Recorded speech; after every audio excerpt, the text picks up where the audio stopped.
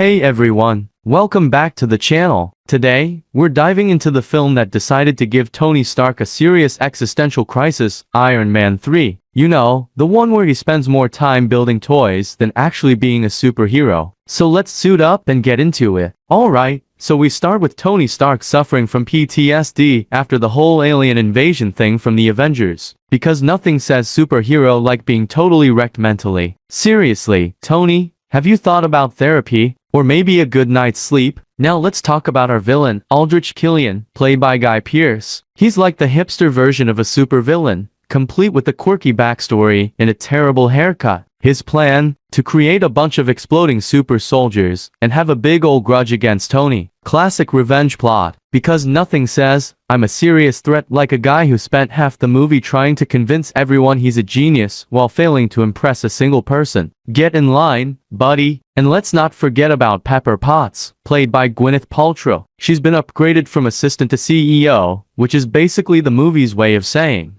look, she's more than just a love interest. But honestly, it feels more like she's there to roll her eyes at Tony's antics. And when she gets the extremist treatment, oh boy, it's like the writers went, let's give Pepper superpowers just so Tony doesn't feel inadequate for once. Because we all know how men hate being outshined by their girlfriends. The action sequences, they're bigger and louder than ever. From helicopters exploding to Iron Man suits flying in from all directions. It's like Tony decided to host a fireworks show only this time. He's the one holding the sparkler. And can we talk about that amazing scene where he remotely calls in his suits? It's like watching a high-tech game of fetch. Who needs a loyal dog when you have a bunch of flying robots ready to save the day?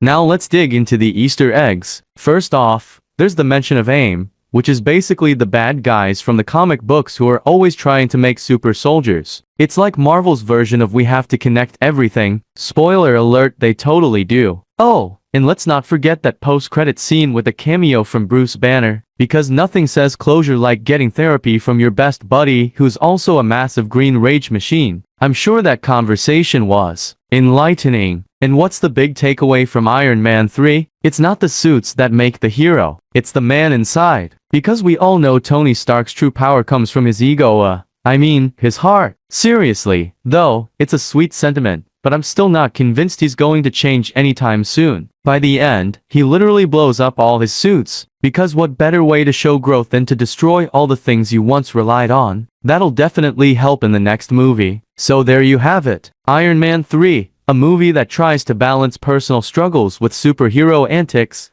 but ends up feeling like a high-tech therapy session instead. It's entertaining, but it also makes you wonder if Tony's ever going to get his act together. Don't forget to like, subscribe, and hit that notification bell for more sarcastic reviews. What did you think of Iron Man 3? Did it make you want to build your own suit or just hide in a cave? Let me know in the comments. Thanks for watching, and remember sometimes, all it takes to be a hero is a little self-reflection and a whole lot of money.